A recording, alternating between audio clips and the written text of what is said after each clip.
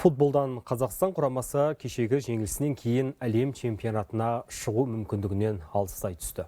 Қазір отандастарымыз өз тобында 4-ші орында келе жатыр. Көш басында Солтүстік Македония. Ұлттық құрама капитаны Асхат Тағберген матчтан кейін спорттық мансабын аяқтады. Толығырақ Мерей Қанапияның материалы. Қазақстан әлем чемпионатына іріктеу аясында өз алаңында Солтүстік Македониямен ойнап ұтылып қалды. Қорытынды есеп 1-0. Қарсыластар сапынан Александр Трайковский матчтың 33-ші минутында есеп ашып жеңіс голын соқты.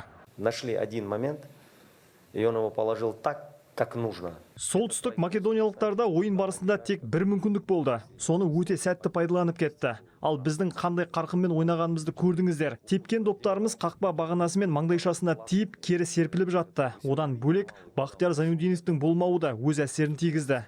Сондай-ақ матч аяқталған бойда ұлттық құрама капитаны Асхат Тағберген спорттық мансабын аяқтады. Оның бұл шешімін бас бапкер мен командаластары ойыннан кейін білген. 34 жастағы жартылай қорғаушы Қазақстан атынан 63 матчқа қатысып, 3 гол мен 7 нәтижелі пастың авторы атанды. Бәрі хейтерлер айтып жатыр, жастарға жол бермейді, жастарға жол бердік екен. Осы мансабымды жас жігіттер жалғастырады деген ойдамыз. Алда ұлттық құрамаға жеңіс, табыс, евроға шығуға, әлем чемпионатына шығуға тілектеспін шын жүректен.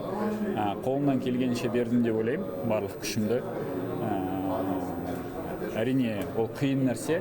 Ұлттық құрамамен енді өткен осы жанұяның бір бөлшегі болғанына өте қуаныштымын, және әрине капитан болғаныма өте ерекше қуаныштымын. Об этом сказал, раздевалку, дорогу молодым. Асхат өз мансабын аяқтайтынын киім ауыстыратын бөлмеде айтты. Әрине, оның соңғы ойынында жеңіске жете алмадық. Өкінішті, ол ұлттық құрама сапында жастарға үлгі болатындай өнер көрсетті. Қазақстан әлем чемпионатына іріктеу аясында 3 матч өткізіп, 3 ұпаймен өз тобында 4-ші орында келе жатыр. Қоржында 1 жеңіс пен 2 жеңіліс бар. Ал Солтүстік Македония 8 ұпаймен көш басына шықса, Уэльс 2-ші, Бельгия 3-ші орынға көтерілді. 5-ші орында Лихтенштейн құрамасы. Енді отандастарымыз 4-ші қыркүйекте өз алаңында Уэльспен ойнайды. Мерей Қанапия, 24 KZ.